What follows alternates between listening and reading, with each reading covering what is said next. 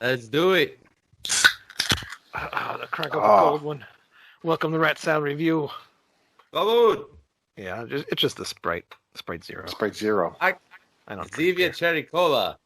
You still drinking that Zevia? Huh? Nothing. And then what do I back it up with? Zevia.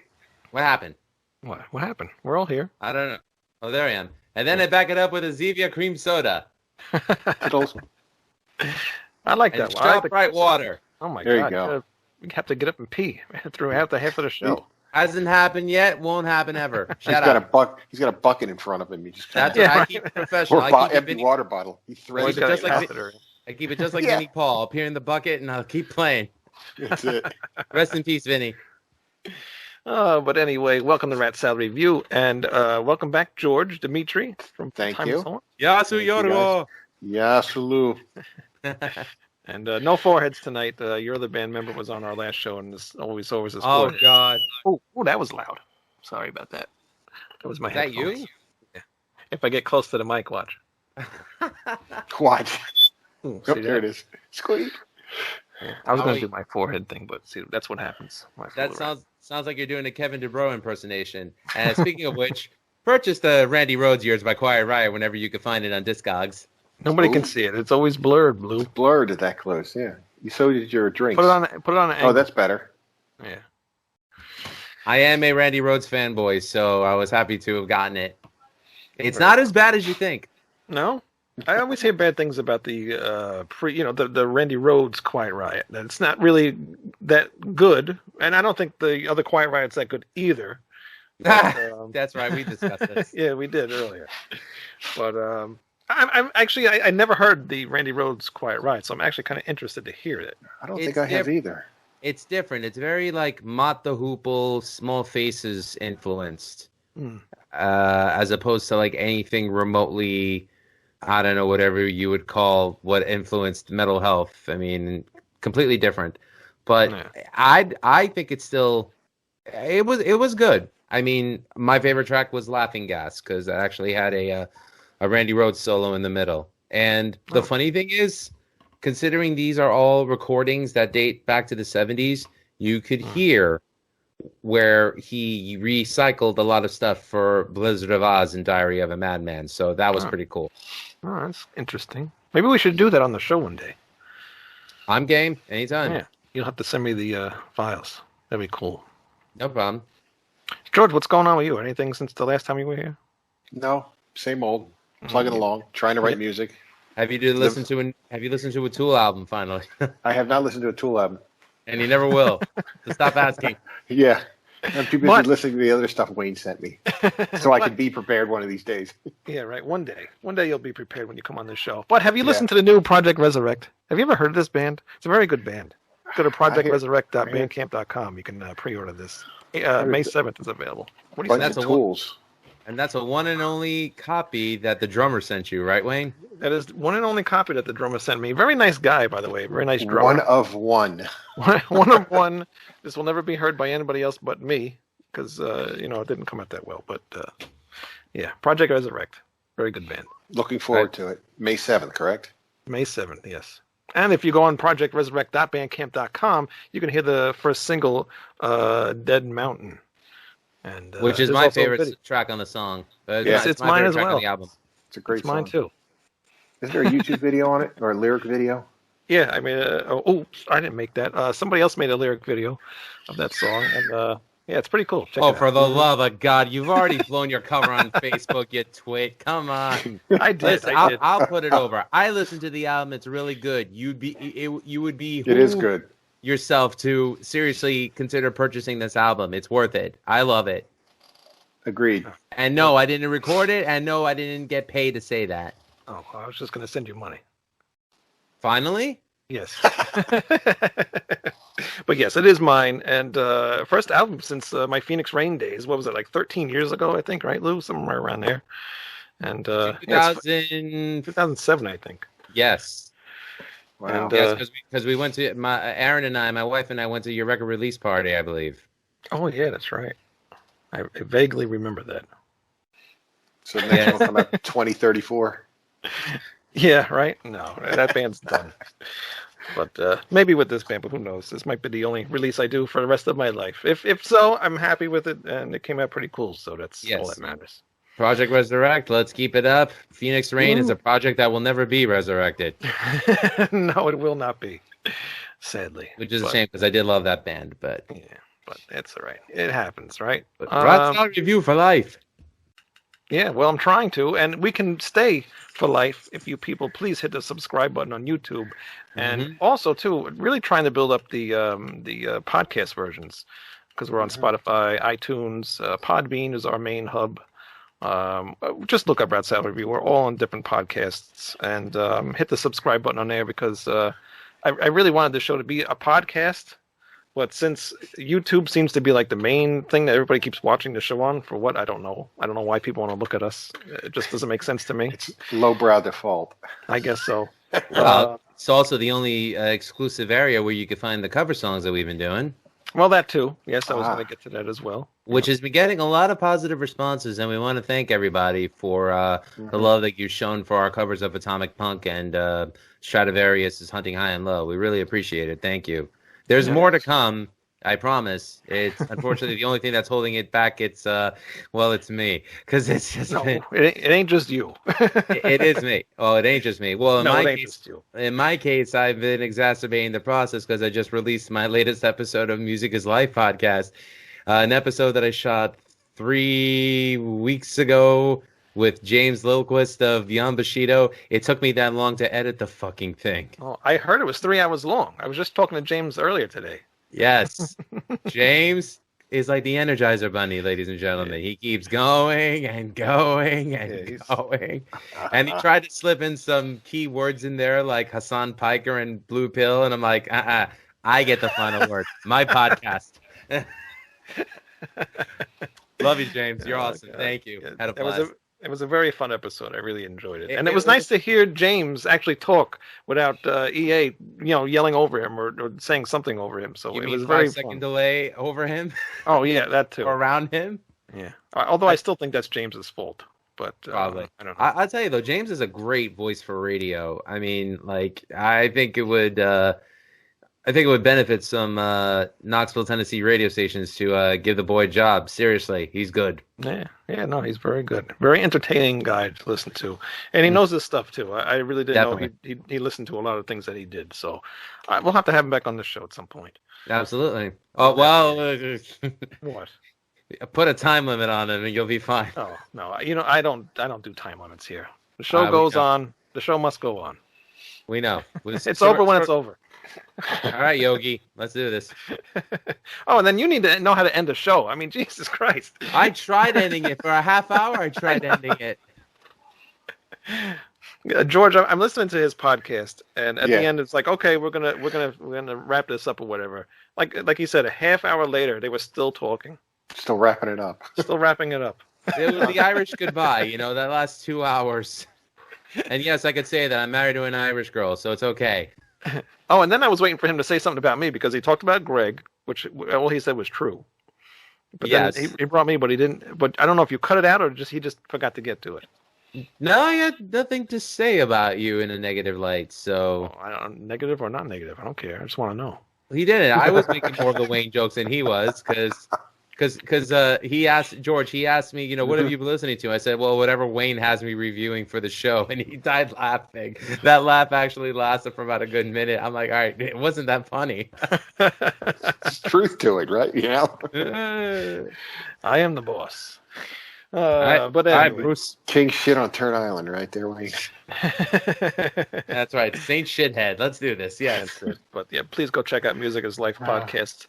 Very fun show, and also subscribe to his YouTube channel too. Music Is Life podcast on YouTube, and please subscribe to Timeless Once YouTube as well. Yes, please. Right? Yes.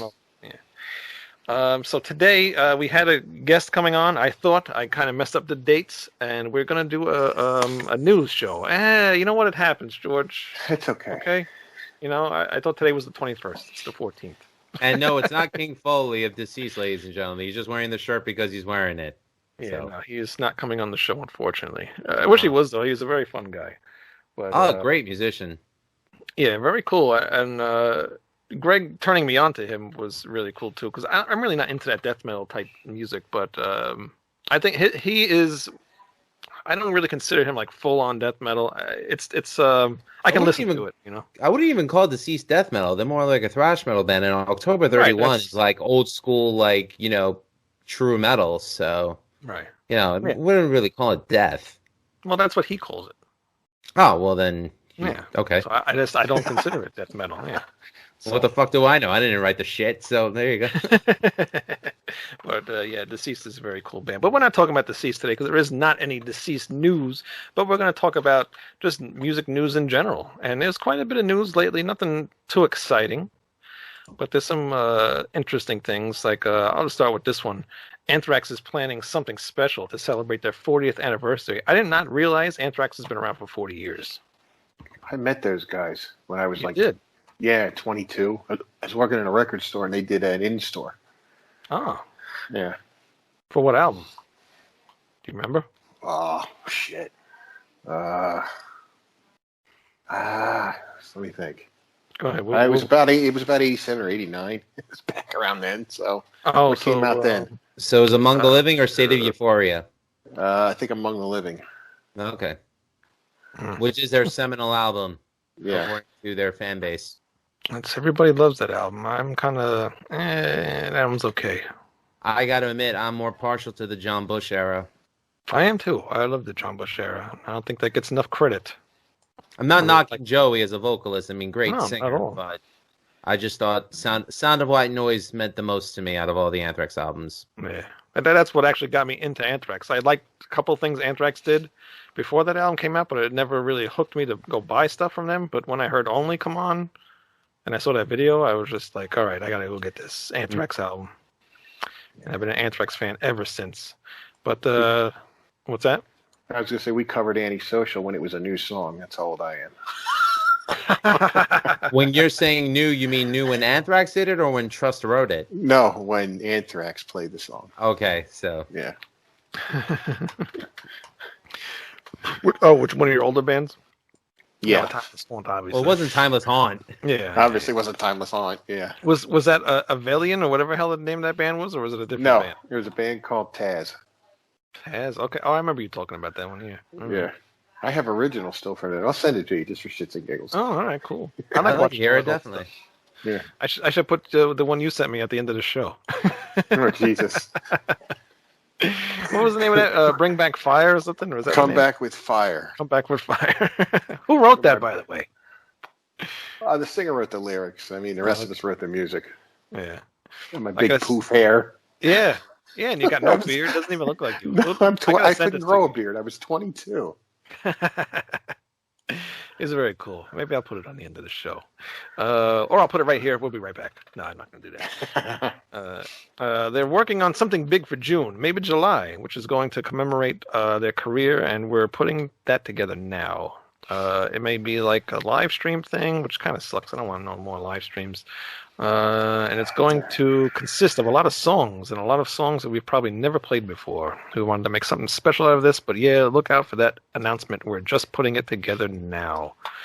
So that would be pretty cool. It would actually be pretty cool if they brought John Bush back. I don't know how good of friends they are with John Bush.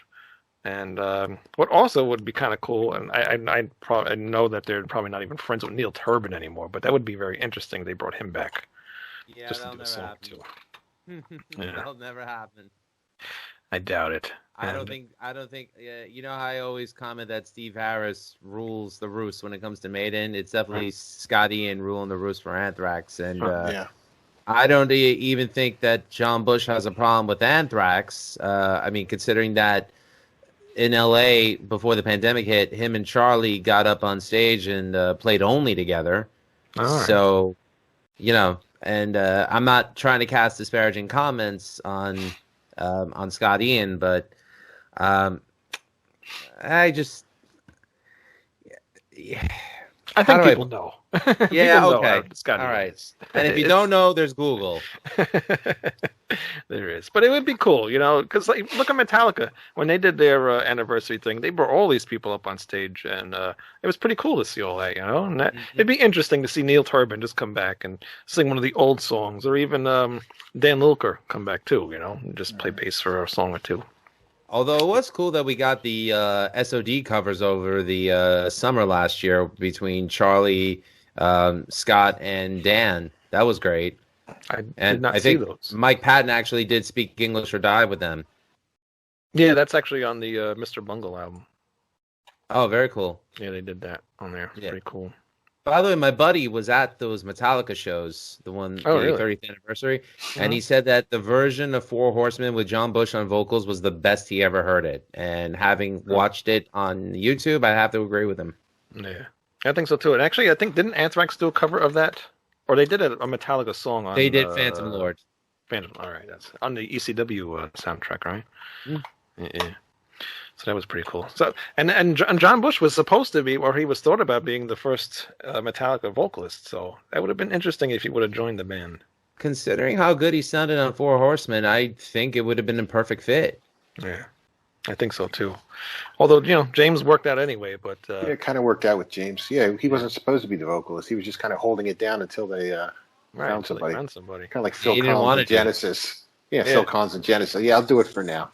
Yeah. And then they just stay. But hey, it worked out, at the end. Yeah. Organizer of Paul Di'Anno's crowdfunding campaign does not know why Iron Maiden hasn't contributed to fundraising efforts. I didn't even know about this fundraiser. What is this fundraiser for? Hip replacement, I think. Oh, okay. Let's see. Castro Pergio, I can't pronounce that name. Operations Director of the Cart and Horse Pub in Stratford, London, England, where Iron Maiden made its live debut in 1976, recently launched a crowdfunding campaign to help raise £20,000, or approximately $20,000, so former Iron Maiden vocalist can undergo his long-delayed knee surgery. They've so far only raised £86,000, or about 43% of the goal, from approximately. You mean 8,600?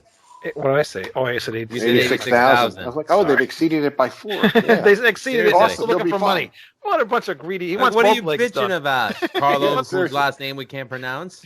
He wants robotic knees. Wants to be Steve Austin. $6 million man.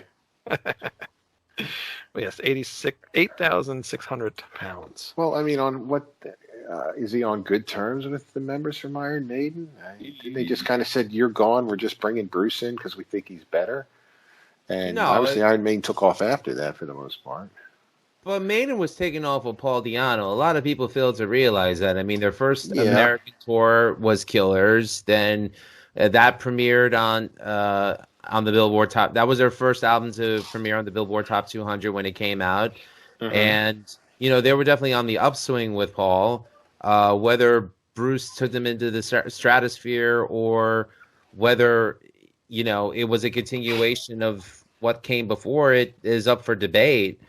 Sorry, I'm a huge Paul Di'Anno fan, and I will never discredit what he contributed to Maiden, but his reason for not being in the band was because apparently self-destructive behavior, not liking the route that they were going, and they decided it was best that they leave. And according to him, he was bought out of his role and his rights for $30,000 at the time, which was a lot of money, although he blew it all. But regardless, he does not get any royalties from Maiden. And basically, in Maiden's eyes, they don't owe him anything. So they're not obligated to give money for his hip replacement. It would be nice, but I agree, but they're really under no obligation. Right. No, not really. And the guy who started this whole campaign, it says right here, he hasn't even asked them. So they might not even know. And I don't see how they can't know, but But yeah, he hasn't asked him. And actually, the guy who has started this campaign does talk to Steve Harris on occasion, but he goes through his friends or even Steve Harris's sister at times to talk to Steve. So he doesn't like go directly to Iron Maiden about anything. Which I don't know. Maybe he should. Don't see any harm in it. But we don't know the dynamic, Yeah. with how they're already, dealing with each other. So there might be some bad blood and acrimony after all these years. We don't know. It could possibly. And they're not obligated. I'm not obligated to treat all my ex-band members' teeth. So that's very true. But they did help out. Didn't they help out Clive Burr? I mean, I know they were friendly with him. But they played the first Clive Aid. Yeah. And but no, I mean, from what I gather, Paul is not on bad terms with Maiden. I mean, when Bruce had his cancer scare, Paul wished him well publicly, and definitely no animosity from him. But as far as why Maiden haven't contributed to his not his charity, but his GoFundMe, well. Yeah, I mean, maybe they don't know about it. I mean, I'm sure that the guys don't look on the internet looking for, I wonder how Paul Di'Anno's doing. Right, yeah. Right. You never know. But somebody in the camp's got to know. So maybe at some point they'll come through and give something. We'll see what happens. Lou, you got any stories?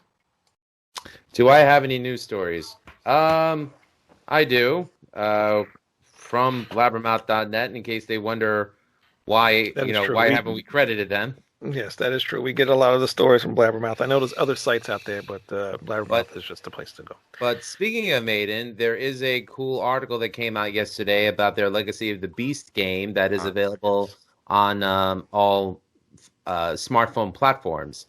Iron Maiden's Legacy of the Beast announces in-game collaboration with Amon Amarth.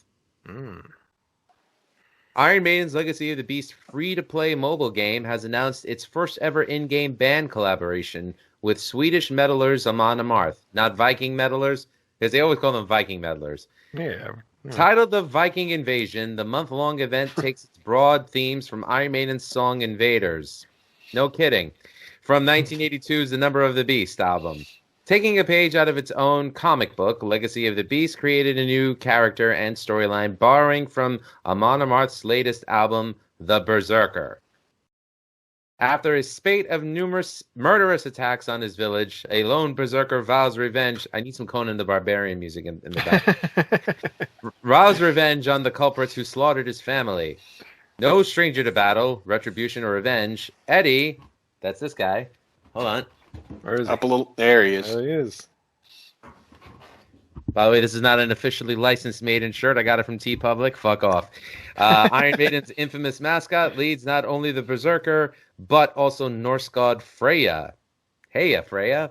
Into battle against unrelenting waves of enemies to seek vengeance for the Berserker's fallen kin. Sounds so cool when you write it like that. Are these random attacks or is something more sinister afoot? Find out when you meet the Berserker in the Viking Invasion dungeon, launching April 13th, 2021. That's yesterday, by the time we're recording this, at 5 p.m. We're way past it. Would you like some making fuck Berserker? Did you say making fuck? Funny, man. Yeah. Did he say making fuck? An Iron Maiden Legacy of the Beast mobile game. Wayne, thank you so much for livening up that news article. I was falling asleep just listening to it. Oh wait, here's another one. Choke on the next black. That's that Sprite Zero. George, take one of your dental tools and just break it. Yeah, let me go find some. Just give me a hammer and a pair of pliers. I'm good. I could use some teeth removed. But has anybody ever played that game? I have. Yeah, do you like it? Yeah, it's good. It's just it ate up too much of my space on my phone, so I had to remove it. Yeah. But it was cool. It was I enjoyed it. I think I only played it once, but it was alright. Yeah. When it first came out, I played it a little bit, but nothing to hold my interest. You ever play that game, George, or do you have a flip phone? No, I have a real phone. No, I haven't played it. Have you tried Tool's new game? They have a game out. No, I haven't. I'll put it on my list along with pick a favorite Tool album. And you got Timeless Haunt on your phone? Oh yeah. Well, it is his band. I mean, you know. I know, but usually you have like a picture of the cat or something, or your girlfriend, or your wife, or your children. I got a picture of the bass. What was that picture of your bass that you sent me earlier? Was that like what you're really going to do to it, or? Yeah. Oh, yeah. Really? Yeah. Why? What are you doing? Putting a new skin on the body? I'm going to get it repainted, yeah. Oh, very cool. Because the Conklin bass, it only comes in 2 colors. That red one you've seen me play and a natural finish. So I'd like to jazz it up a little bit. All right. I got a guy cool. who's... Yeah. That'll look nice. I like the natural color, but, you're getting sick of it, then go right ahead and do what you want. Well, I've got, I think, 3 of the red bass, and I think I could take 1 and, jazz it up. Yeah, why not? You got a story from your area, George. I do. Let me turn to the computer here and read. We have Sebastian Bach of Skid Row, or ex-Skid Row, or whatever he's doing. He is to headline the Vocals for Vets this fall at the Schuylkill County Fairgrounds. You can find this on Skook News, SKOOK News.com. A special fundraising event that will benefit homeless veterans will take place at the Schuylkill County Fairgrounds this fall. Blah, blah, blah, blah, blah. Nobody cares. Anyway, he's going to be the headliner. It will be on October 16th, 2021. Oh, well, that's a ways away. Yeah, well, it's this fall, yeah. At the Schuylkill County Fairgrounds in Summit Station near Schuylkill Haven, which is right behind me. So. Oh, really? That's cool. Let's go, mother truckers. So you can just sit out in the backyard and hear him play. Probably. Hey, maybe they'll let Timeless Haunt open up. Oh, you should. I should work on this. Maybe Project Resurrect too. Well, they're not. There's no band. Can't you just play along to a track? It just be it'd just be me up there playing. For a backing, the entire band is a backing track. That would be a good idea. Well, George, knowing Wayne, he'd probably get you on bass and me on guitar. I was going to say we could do that, right? It would work. Singer. It could work. Is there other bands playing there too? You said he's the headliner. It said there are going to be other bands, but it doesn't list anyone nothing else. Announced yet. All right. No. So it's probably just local, local whatevers. Yeah. So how is Pennsylvania doing? Since that's already being booked for a fall, I mean, are things opening up over there, or what's going on? I think it's starting to open up some, yeah. But it seems also we have a virus surge going on, so who knows what's going to happen this fall? Yeah. Wow. Yeah. Because I just heard Detroit now they're going to go on shutdown again because it's getting really bad there. Yeah. And they pulled the Johnson & Johnson vaccine, or at least they suspended giving it because they've had 6 women who have developed clotting 2 to 3 weeks post vaccination. So I did not understand the purpose in getting the Johnson & Johnson. First of all, the percentage of its success in helping the person who gets it from the coronavirus is like 64%. I mean, at least the Pfizer has more of a 93% chance. But then they... After the second dose. Right. Yeah, it's only about 56 with the first. But then they bring up the fact that each of the viruses, the one from Pfizer, the one from Moderna, and the one from Johnson & Johnson fought different strands, and it's like, why wouldn't you give one to try to fight all the strands then? And where's the data on the strands? They mutate. That's how a virus, continues to exist. That's why we still have flu. That's why we still get the common cold, because the virus changes, if you will, so that it can infect you and your immune system doesn't recognize it. Well, I've had the flu and I've had the COVID, and I'm happy to get the vaccination, but I'm only speaking for myself. Yeah. I mean, the vaccination basically protects you for the most part against that original strain. And you might get some cross, immunization to some of the other strains, but it depends how much that strain differentiates from that original strain. Yeah. George is offering the most intelligent, opinionated responses about this, and it helps that he is in the medical profession. I was going to say he's a doctor. He knows what he's talking about. I just sound like I know what I'm talking about, Wayne. Although, are dentists really doctors? Yeah, we are. They're not chiropractors, Wayne. How dare you? I'm a doctor, and everybody loves me when you hurt like a bitch, and I get you out of pain. That's true. It's Novocaine for the soul. It is. It is. But I mean, I have been too worried about I stay away from everybody. I don't go anywhere anyway in general. But now at my job, 2 people had it. One of the girls just came back now, and then another guy, his wife got it last week. So now he's out because he's got kids, so he's got to stay home with the kids and everything. And this is the second time because his kid got it like a couple months ago, or apparently got it. She got the positive, but she might have got a false positive. So he stayed home for 2 weeks with or that. a different strand. Or a different strand. I don't know. It's so freaking very confusing, this whole thing. And it doesn't want to go away. Yeah. One day.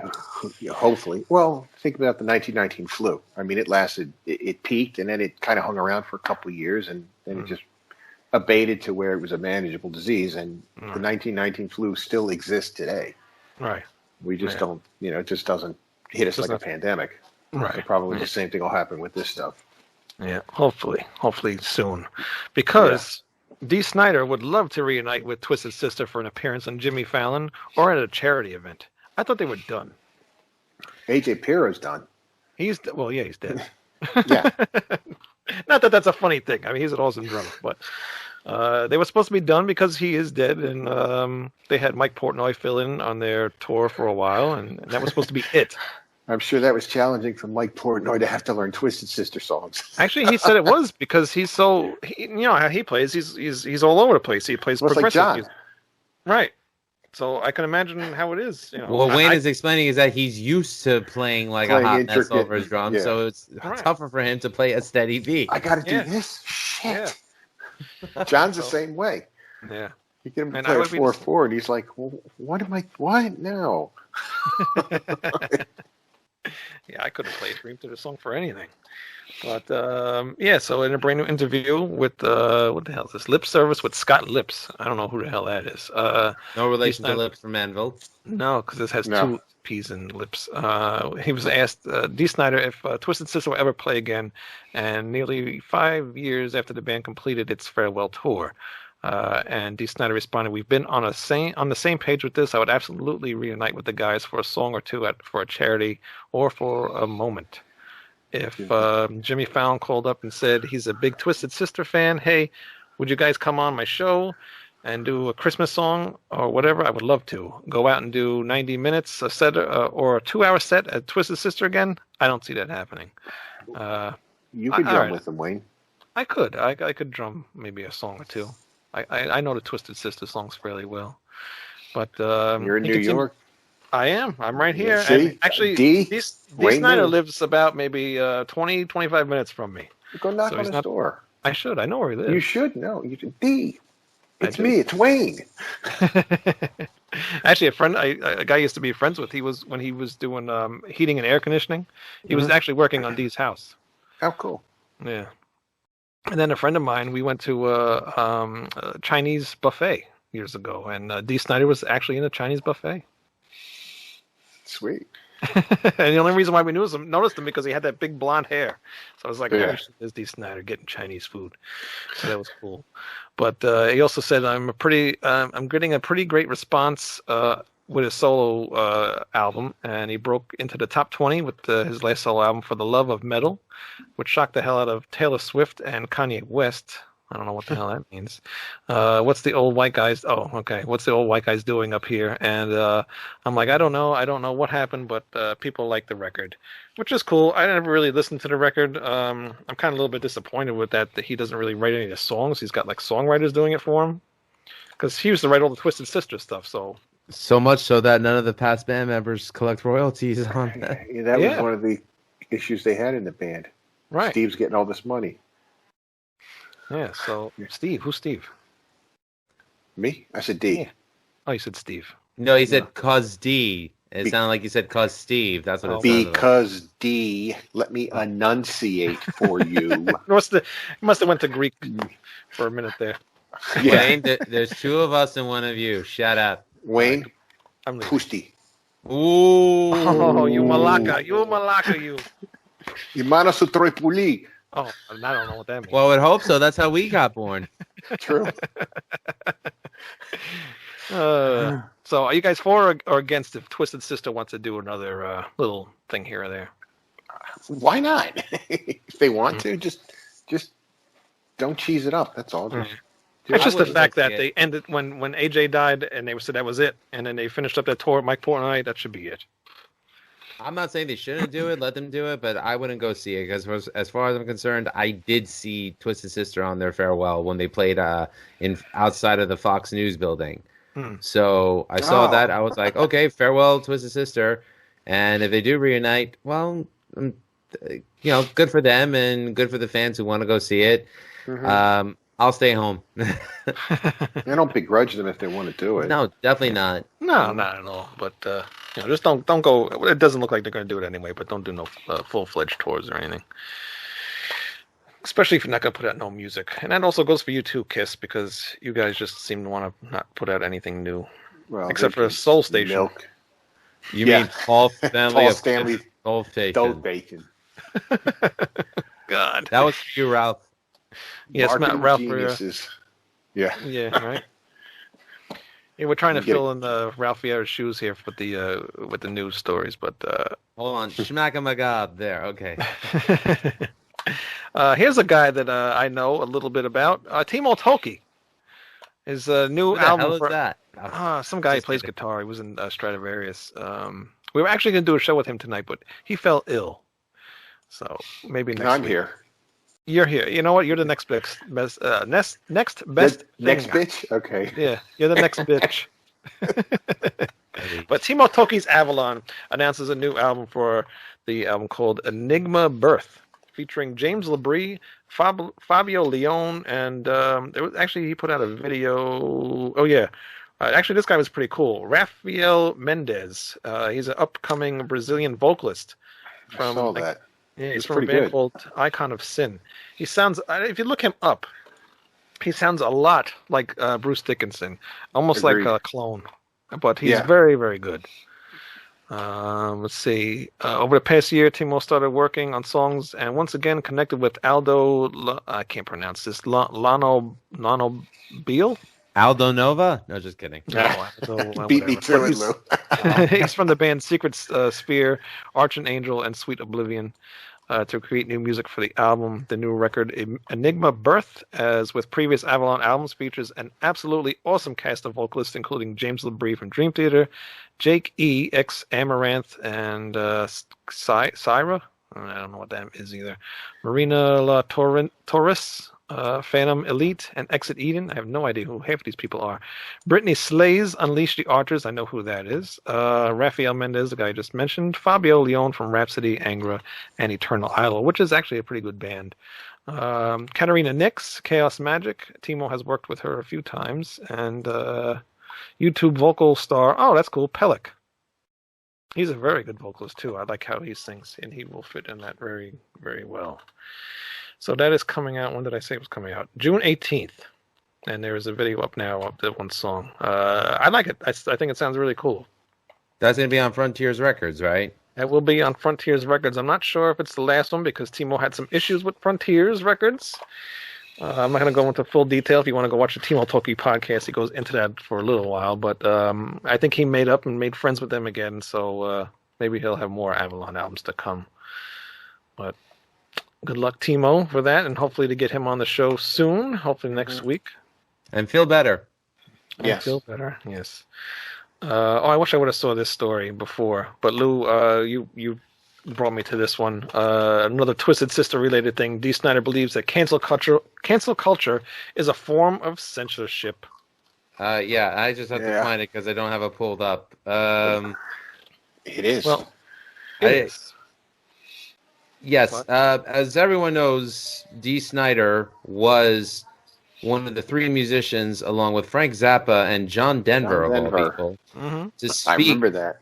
at Congress in regards to the Parents Music Resource Center from putting the labels on records, as we saw for the better part of 15, 20 years, to keep kids from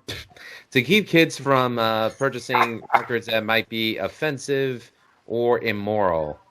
And where the hell is this Dee Snider story? Hold on a second. I just gotta use the search engine. Hold on. News. Well, you read half of it. He basically says I didn't read half of it. That actually came from memory. Oh no! I said you read. All right. Thank you. But he says it is censorship, and censorship has changed quite a bit. I mean, you go to when I was in Washington testifying. By the way, it was a bipartisan effort. It was the Democrats and the Republicans who were joined together in putting a leash on rock and roll. But it was definitely a conservative attitude. It was more a conservative attitude wanting to censor music. Now, censorship still exists, but it's gone from the right more to the left, where in this PC world where we have to be careful about what we say and who we offend, and it's all very odd. It's all an odd. Oh my God! You'll be And okay, it's a very odd thing. I will be. I think it's Hooked on the phonics. it's the aspartame and the Sprite Zero. Sure it is. It's getting to my brain. But he continued, he's been working on lyrics for a new album, Leave a Scar, which comes out in July, and I found myself questioning metaphors I was using. Metaphors. I mean, where is art without metaphor? Where is lyrical and writing without metaphor? Yet I was going, can I say this? Can I say this? I have a song called In for the Kill, and it has all these metaphorical lines. Fire at will, I'm in for the kill, and I was talking about going for it, just going for it, yet here I was censoring myself lyrically because of the current state of things. And I think he's totally on point with this, because what the hell can you say nowadays? Nothing. I mean, considering that this is the guy who was in trouble for writing the song Under the Blade, because apparently Tipper Gore was the one that said that it was about killing someone. And George, you'd find this interesting. He actually said he wrote about going to his dentist's office and being under the blade. I don't know if he was trolling Tipper Gore and Al Gore and everyone in Congress at the time, but I thought that was genius for him to twist it around and saying the only reason why you think it's about killing someone is because you're the one with a twisted mind, which I think insulted her, and Al Gore being, no, that's my wife. You don't insult her like that. I'm ethereal. When did he get his teeth filed? Remember when he had them in points? Right around that time. Right around that time, yeah.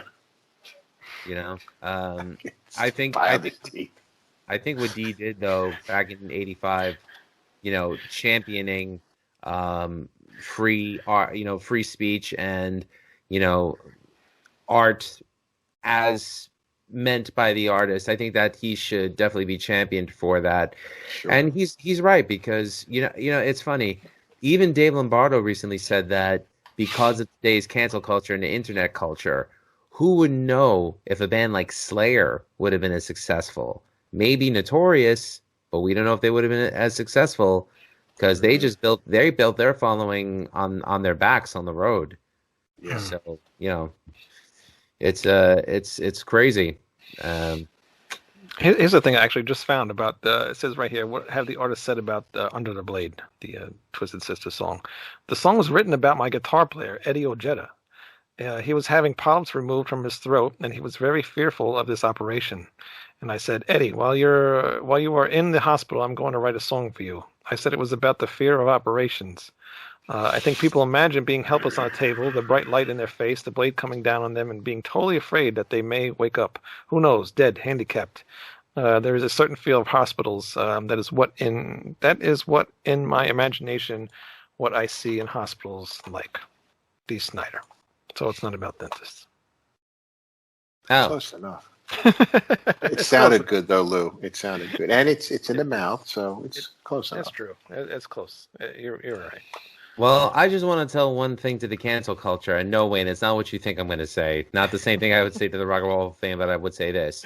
Looking for a city. Here we go. Pick your battles. Pick your battles. Instead of going out and canceling freaking cartoons like Pepe Le Pew and, stuff, music Dr. that Seuss. might be of doctors and music that might be of an extreme nature.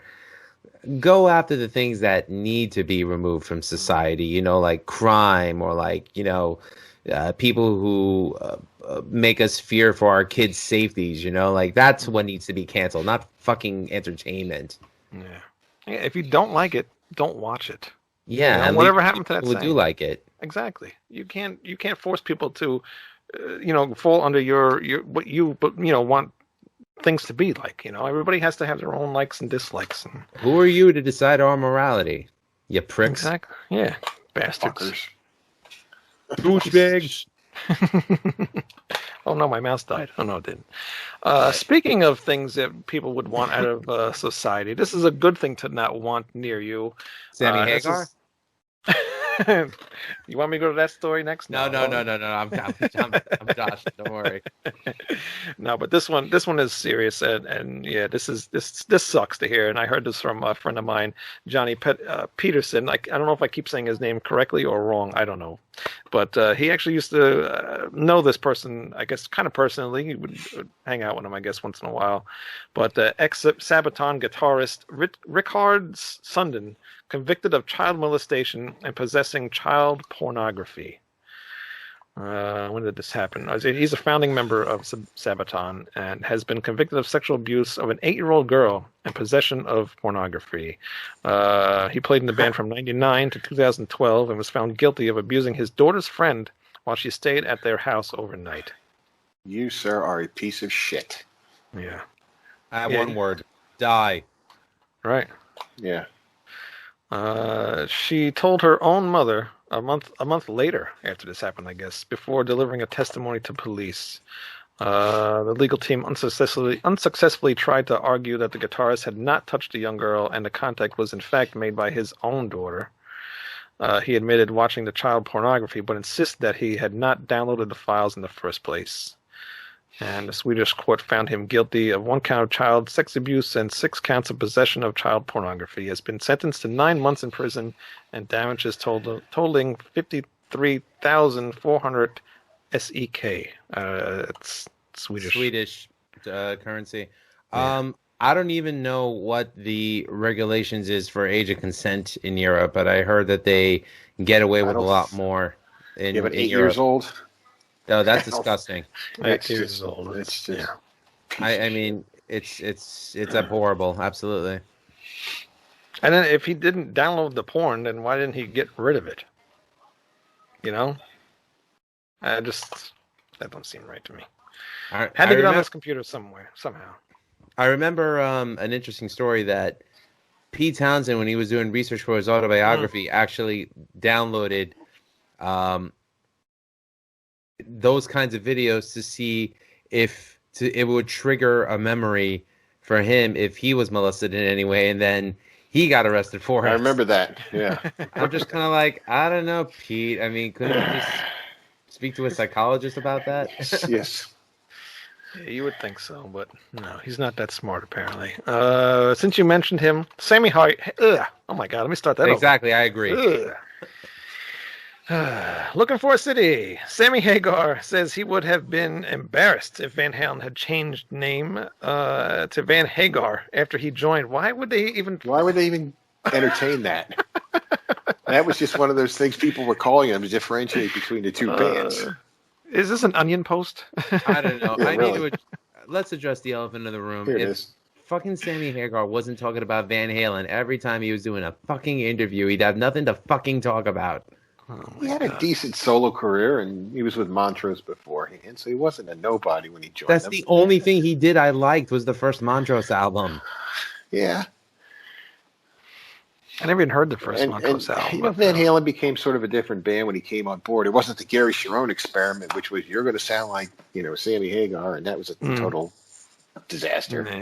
I'll take the Gary Sharon era because at least they were performing Dave's songs. Yeah, that's true. Well, they became a different band when they had Sammy in. It was almost like a new band.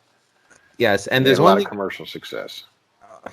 Define commercial success, because let me explain this. Sold a shitload of albums, got a lot of radio play, big tours. It's a fact, and you can look this up on RIAA, that all the Van Hagar albums combined still couldn't outsell both Van Halen 1 and 1984. The only reason why he makes his biggest stink about it is because, yes, they had 4 number 1 albums in a row. But guess who else had a number 1 album? William Hung from American Idol. Okay, number 1 albums don't mean jack shit. Still, they did sell a lot of albums, but I really they only sustained it. Right, but I only really like 2, maybe 3 Sammy Hagar albums. See, I didn't sit there and compare the Dave Van Halen and the Sammy Van Halen. I just was like, if I like the song, great. I don't really give a shit. To me, it was almost like 2 different bands. So, See, here's the thing. I can take all 6 Dave era albums and listen to them all from start to finish. If you give me all 4 Sammy songs, I could take the best songs from those albums and make one decent album. Yeah. Okay, that's fine. I will agree with you with that, yeah. But, yeah, I don't know. Sammy Hagar's out of his mind. Yeah, he's just trying to get in the news, you know? What is he actually doing lately? Like, he plays with... The Circle. Yeah. Oh, okay. Is Michael Anthony and Chan Smith and... What happened with Chickenfoot? Well, I mean, Chad's main band is the Chili Peppers, and they were very active for most of the 2010s. So Chickenfoot was kind of dormant for a while. So and he's still making his Cabo Wabo stuff. Rum, I think, not tequila. Didn't now, he sell it? No, he sold the tequila. Yeah. He sold the tequila, and now he does rum. Yeah. All right. Back to some interesting news. Black Sabbath, Super Deluxe Edition of Sabotage, due in June. Now, I have not bought any of these box sets. I'm a Black Sabbath fan, but not that big of a Black Sabbath fan to be buying these deluxe editions. But they seem pretty cool. And I know you're a huge fan of Black Sabbath, Lou. My favorite band of all time. All time. Are you going to be buying this? Quite possibly. The deluxe editions of, well, even not just the Ozzy era, but the Dio era actually gives you live tracks from concerts that they performed for those respective tours. I mean, eventually I would love to maybe own in my collection all the deluxe editions, but it's just a matter of having the financial means to do it. And, you know, and I already own those albums on CD, so it's like if I were to buy them, it would probably be like, you know, as a treat for myself. Right. But I would definitely recommend to anyone who doesn't own them, get them, because, well, Sabotage is of the Ozzy era Black Sabbath. I always interchange it with Volume 4 as far as my favorite Sabbath album. So, you know, if you want Sabbath at its apex with Ozzy, definitely get Sabotage. What about you, George? You like Black Sabbath? I do like Sabbath. I don't have a favorite album. It's true. I don't. You don't? Favorite Black Sabbath song? I Heaven and Hell. Heaven and Hell. All right, Into the Void for me. Into the Void. I don't think I have a favorite Black Sabbath song. I like the song Black Sabbath a lot. I can listen to that one a lot without getting sick of it. Mm-hmm. I love that intro to that song. I always took you as a No Stranger to Love fan. No Stranger to Love. I don't even know what that's on. Oh, Seventh Star with Glenn Hughes. Oh, all right, yeah. You know, the Sabbath album that was supposedly not meant to be a Sabbath album. I have that on vinyl, actually. Well, that's right. Didn't the record label tell them they need to use the Sabbath name? Yeah. Well, it was supposed to be an Iommi album, I think, and then they said, nah, put Sabbath featuring Tony Iommi. But, you know, there was a video by Razorfist where he debunked the theory that it was meant to be an Iommi solo album because right before the album was recorded, Iommi pursued the legal rights to the trademark of Black Sabbath. So why would he release it as a solo album if he had no intention of buying the name? Right. It's an interesting theory, but what's going to be in this box set is the original album remastered, the North American Tour Live 1975, and then another, this 3 is North American Tour 75, and then a single edit of Am I Going Insane, Hole in the Sky, an original album remaster. Oh, that's the LP. There's LPs in here too. The LP version. Yeah. So it's a lot of cool stuff in this box set, but I got the other box set that has all this stuff in it, so I don't need all these extras. I don't really care about the live stuff, but it's still cool. I'm sure it sounds really good, though. Destruction signs wide world deal with Napalm Records. Fans of Destruction here. George, I imagine you're not a fan of Destruction. No, I'm not. Lou, you a fan of Destruction? I like them. Mad Butcher is a favorite, so It is a good one. I'm not a huge Destruction fan. I remember when I first got into them. I wasn't really into this style of music, but it was one of the cassettes that I found at a yard sale one day. I just bought it just because I knew the name of it, and I became a fan ever since. I love that first EP. It's just really good. They're technically one of the big three of German thrash, right? Them, Sodom, and Creator. Them, Sodom, and Creator, and actually I think Tankard's in there at some point too. The big four. Yeah.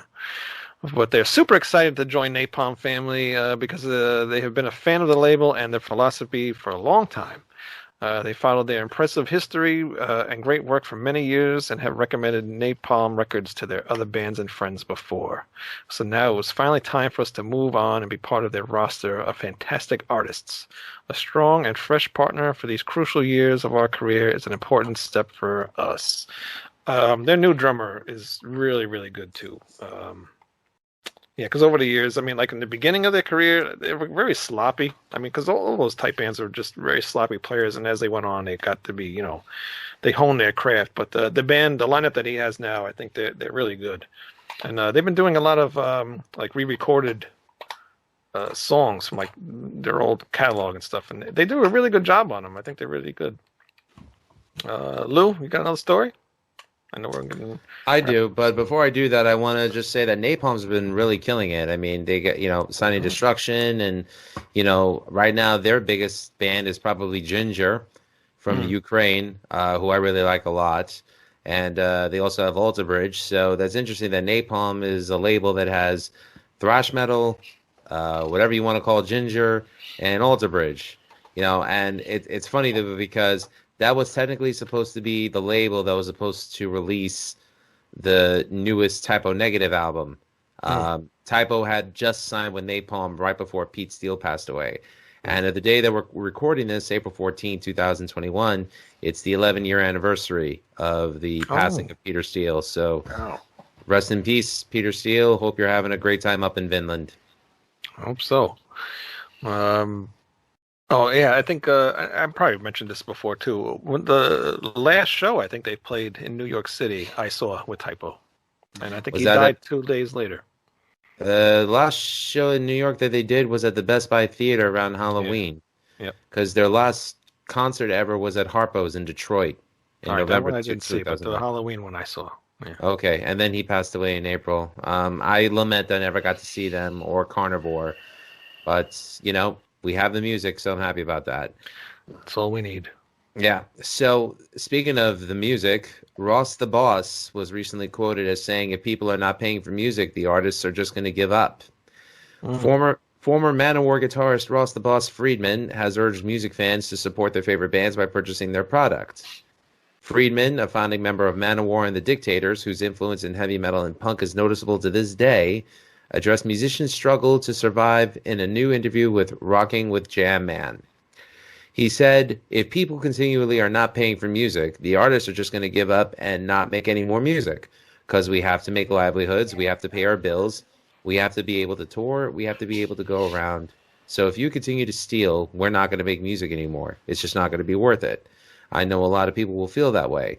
So buy the band stuff, I'm telling you. Otherwise, you're going to wake up one day and there's not going to be any music.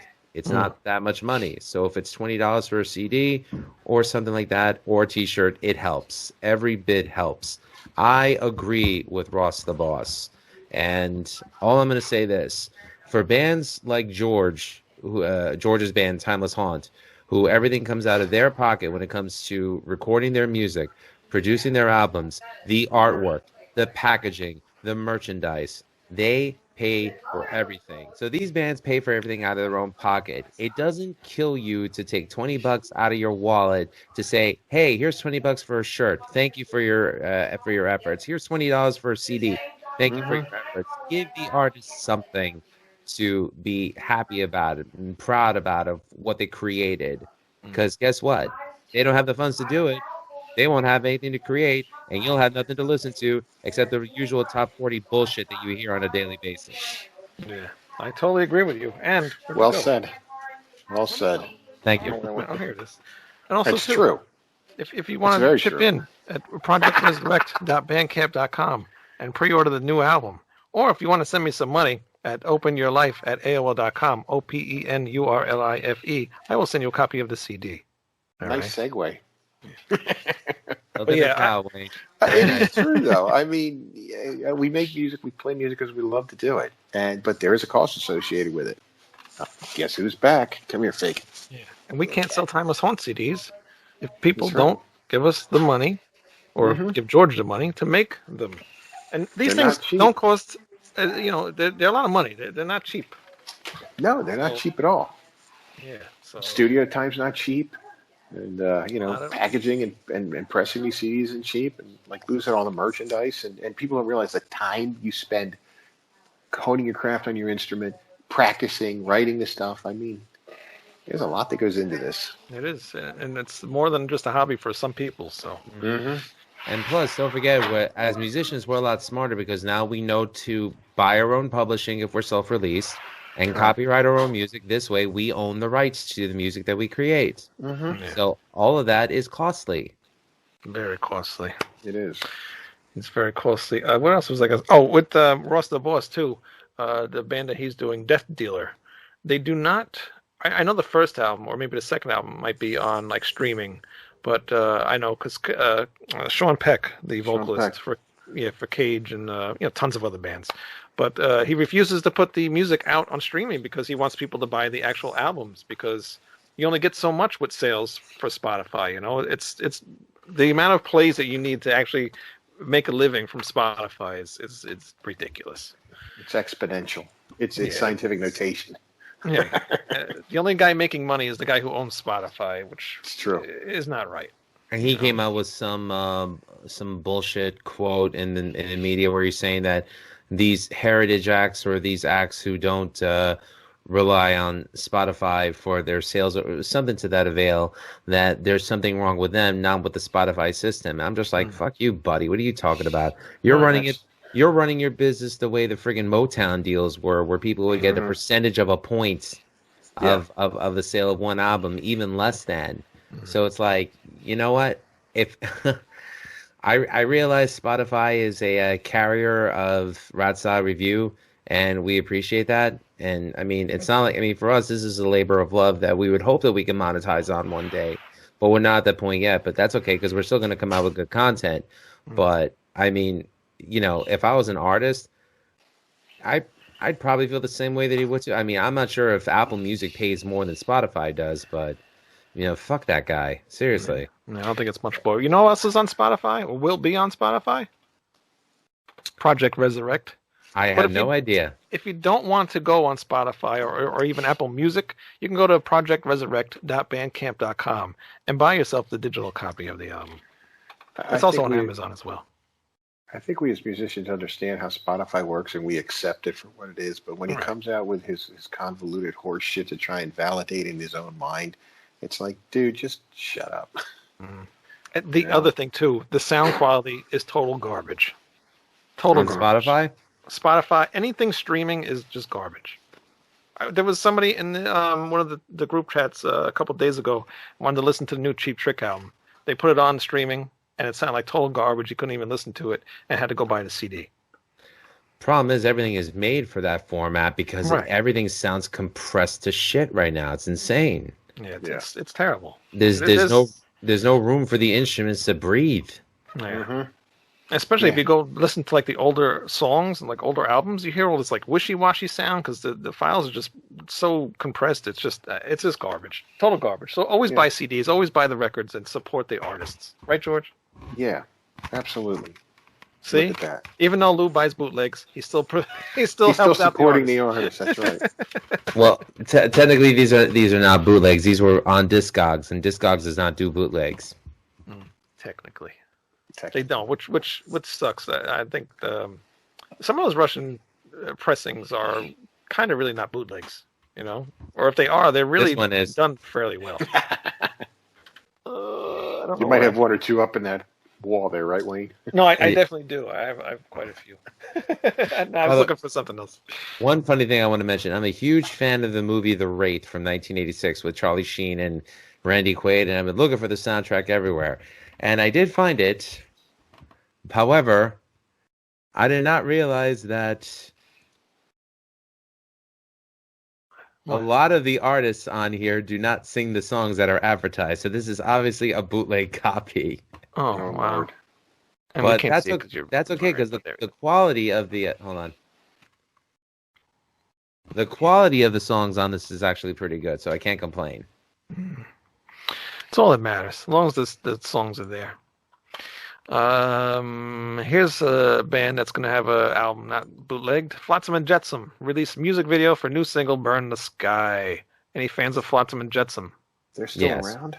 They are still around. Wow. Still around. One thing that always bothered me about them, they started out as thrash, then they went to almost like a hard rock, maybe kind of grunge type period. Then they went to like this hardcore period. Then they went to like kind of soft, and now they're back into thrash again, which is good. And a lot of people are really loving this version of the band, which I think they should just stay this way and end this way, and everything will be fine. Well, I got Jason Bittner in the band now, so you know. Jason, really? Jason Bittner's in. Oh, is he in Overkill now? Overkill. Oh, I apologize. He was in Flotsam and Jetsam, so that probably is what brought them back to their thrash roots. It's very possible. Ken Mary is now the drums, who was also the drummer from Fifth Angel. That's right. We did that show a little while ago. Mm-hmm. But yeah, I haven't heard the song, but I'm going to watch it soon.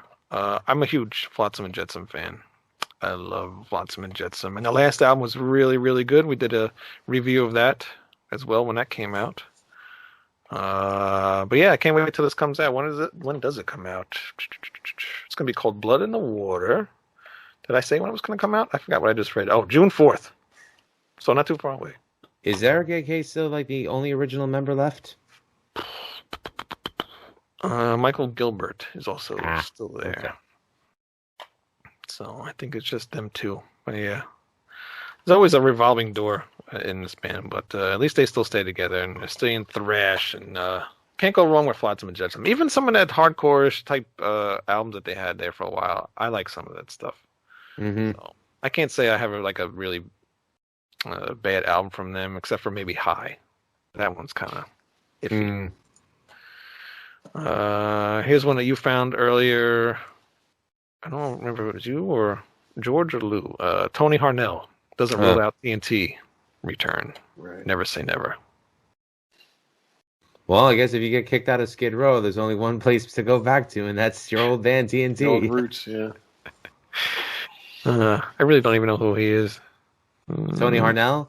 Oh, he's a great singer. I mean, you know, I've heard of his name. He's a broken guy. Yeah. Hey, he's in New York too. Mm-hmm. He's from Brooklyn. Yeah. All right, well, whatever you got to do. TNT, if you got to get them back together, or make a return, go ahead. Nobody's doing anything anyway, so just go ahead and do it. Ted Nugent says Capitol rioters were Black Lives Matter and Antifa supporters wearing Trump shirts. Do we want to get into this? No, but I will say this. COVID-19 does not mean that it's the 19th COVID. It means coronavirus disease of 2019. 19, yes. There weren't 18 predecessors to it. Ted, I love you, but get your facts straight, please. All right, we won't get into this, but we all know Ted Nugent is crazy. But it's crazy Uncle Ted. It's crazy Uncle Ted. He does. Wow, yeah. Look at a picture of crazy Uncle Ted lately. Some good news here. Cheap Trick bassist Tom Peterson recovering from open heart surgery. Good. And he's 70 years old. Wow. They all are, except for Dax Nielsen. Wow. His health status one day after the band's appearance on The Late Show. Oh, he addressed his health status on The Late Show with Stephen Colbert earlier today. Well, this was on the 9th. Cheap Trick social media was updated with the following statement from Peterson. Hi, everyone. You may have noticed that I was sitting down during Stephen Colbert's Late Show performance last night. I had to have open heart surgery I had to have open heart surgery a month ago, and I'm under doctor's orders to take it easy. Wow, I'm surprised he still even played. He's currently recuperating and slowly but surely getting stronger every day. Can't wait to get back and see all you again soon. But yeah, wow, I didn't know he was 70 years old. And they all are. Wow, it's crazy. Unlike Kiss, Cheap Trick still loves to write and record and release music and tour behind it. Yeah, they have not stopped. Oh. And even the vocalist Cheap Trick even mentioned something about Kiss being so against of putting out new albums and stuff like that. And Cheap Trick is doing the right thing. I think just keep continuing. Your fans are still gonna love what you release as long as you keep releasing good music. And the amazing thing about Robin Zander, his voice is not slowed down. Right. Yeah. Did you lower your microphone? No, I'm just speaking away from the mic. I'm just, Anna, my daughter, is trying to sleep. Turn up your volume, though. What if I spoke like this? No, it's like really low. It just disappeared. It? Yeah. Is that any better? No. Why are we doing this as we're recording? Yeah. We'll do it again. Testing. 1, 2, 3. That's a little better. Yeah. Okay. All right. Final story. Exodus drummer Tom Hunting has been diagnosed with, I never heard of this, squamous cell carcinoma. All right. Good. I'm glad we have a doctor on the show today. I do have a use.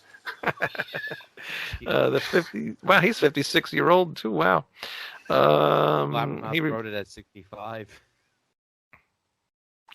Did they really? Yes, they did. They may have fixed it since then. Oh, they might have fixed it because it's 56 years old here. But he said today he'll be starting treatment for his, what, George?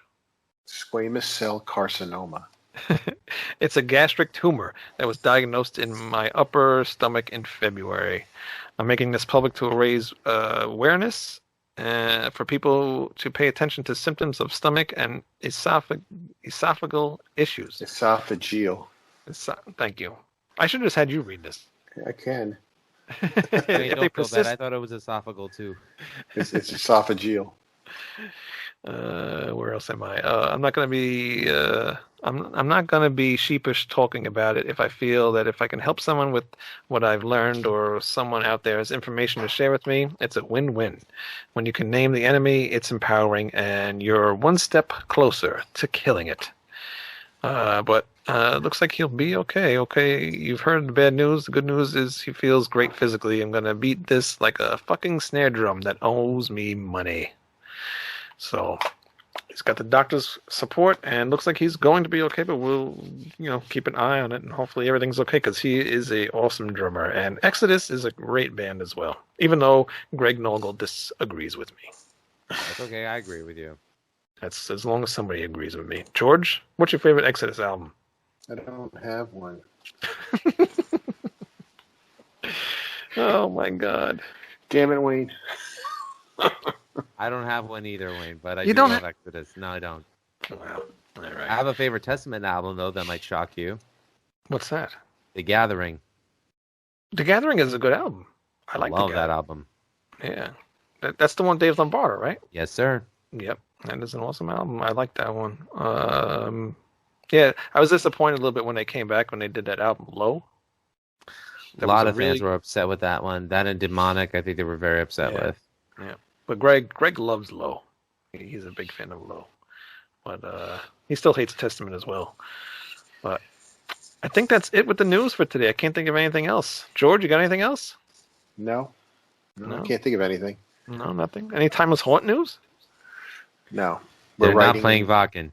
We're not playing Vakken this year. Yeah, you bastards. Wasn't me. It was you. I know it was you, Fredo. Yeah. But you're working on new music, I saw, right? We are, yes. Yes. Never ending. Never ending, yeah. Lou, anything with you? Well, just if you want to find out anything about my podcast, please check out www.musicisLifepodcast.com. There you can link up and listen to the show, watch the show, and you can find me weekly on Rat Salad Review with Wayne and Greg whenever he feels like coming on again. He's actually on vacation right now. He's on assignment. He's on assignment. We're really happy to have what's happening in Jersey, and we're really happy to have George on the show. So this is fun. Thank you. Thank you. Yeah, it's been fun. I had a lot of fun having you on, George. And what can we hear? Timeless Haunt. www.timelesshaunt.com. And of course, we are on every streaming platform and all the social media platforms. Very good. Very cool. And I actually had Greg's, I don't know what you want to call it, maybe girlfriend. I don't know. But she has a brain, what the hell is it called? She's a taxidermist, basically. But she also makes jewelry and things like that. And Brain Fever Art, I believe it's called. Am I right, Lou? I see you pointing at me. No, I was trying to make sure that my mic was still working because you have me paranoid right now. I don't want to have to buy a new mic. Why do I have you paranoid? Because I don't want to buy a new mic. Oh, no, it's fine. I noticed that sometimes it does go low, though. Oh, crazy dynamic mics. Wait, so wait, Greg's girlfriend doesn't kill the animals, right? She just stuffs them? No, she takes them and kills them and then makes them into colorful floral arrangements and, lamps and things Somebody like call PETA. No, she doesn't kill the animals, silly. But her thing is Brain Fever artwork. So if you look that up, she made me. I don't know if you know, George, but Lou, you know the King Diamond eye necklace. Oh, that was from her. That was from her. Very cool. I wish I had it on me. I didn't think to bring it, but it's in my car. It's hanging off my mirror. But next show, I'll bring it. Very cool necklace. She made it all herself. And she does, like I said, all taxidermy stuff. So if you look up Brain Fever artwork on Instagram, Facebook, I don't think she's on Twitter, but go check out those two. And you can see all the things that she does. And she does some really cool stuff. Hangs out with a lot of really strange animals. I know she has like this big snake that I don't like snakes. But I don't like it either. I'm sure she's draping it all over Greg right now. There's 3 things I just want to mention, though, real quick before we sign up. Not the one-eyed trouser snake, George. 3 things I want to bring up, though. Number 1, I'm really happy that my one of my roundtable guys, Bob Mango, is going to have his own podcast, which is going to be on Rat Salad Review. And Wayne, I'd like to thank you for giving Bob the opportunity. I'm looking forward to being on a bunch of the episodes with him and, just talking stuff like we do, like the couple of crazy fanboys that we are of pop culture. Number 2, just want to give another shout out to my friends Denise and Rob over at the ABG podcast, the Anvi Graziani Foundation podcast, where they talk about breast cancer awareness and testing, and just give them some love and donate to them when you can. It's a really good cause. Also, this year at Duff's in Brooklyn, which is the big heavy metal bar in Brooklyn, they were supposed to have their annual Pete Steele Tribute Night, which, of course, because of COVID-19, is canceled. But if you go to Duff's website, you could actually purchase the T-shirt that Joey James Hernandez, who makes a bunch of the T-shirts that I wear on Rat Salad Review, he actually designed the shirt for this year's benefit. And if you purchase one from Duff's website for $40, that money goes to the North Shore Animal League, where it's a no-kill shelter, and they take care of the animals and get them prepared for adoption. So just, give Joey and Duff's and the North Shore Animals League some love and purchase a T-shirt when you can, please. Thank you. Very cool. And yes, welcome Rob Mango to Rat Salad Review. Very cool guy. I got to talk to him yesterday for a little short while about some stuff. I'll talk to you about that in a little bit, but very cool guy. Yeah, one of my dearest friends from college. Really happy that he's still a part of my life. Yeah, very cool. He did not have anything good to say about you, but I tried to say, no, Lou's a very good guy. You didn't have to lie for me, Wayne, but thank you. No, he had nothing but good news to say about you. So, cool. But so please, ratsoundreview.com, and don't forget projectresurrect.bandcamp.com. And timelesshaunt.com. And timelesshaunt.com. Where'd I do it? His CD. That's projectresurrect.com. That's an old that's CD. the old one. Oh, here's the Timeless Haunt. Look, Timeless Haunt and Project Resurrect soon to go on tour at some point. Absolutely. Some future date if I ever get a band together. But Wayne and backing tracks. Yeah. and Lou with his Quiet Riot bootlegs. The Randy Rhoads years, and it's not a bootleg, goddammit. You can find us on Spotify, Stitcher, and please hit the subscribe button on everything. I don't care if you're already subscribed on one thing, go to the next thing and go subscribe to that too. And please subscribe to the YouTube channel. And we will see you guys next time. Cheers. On Rat Sal Review. Later. Goodbye.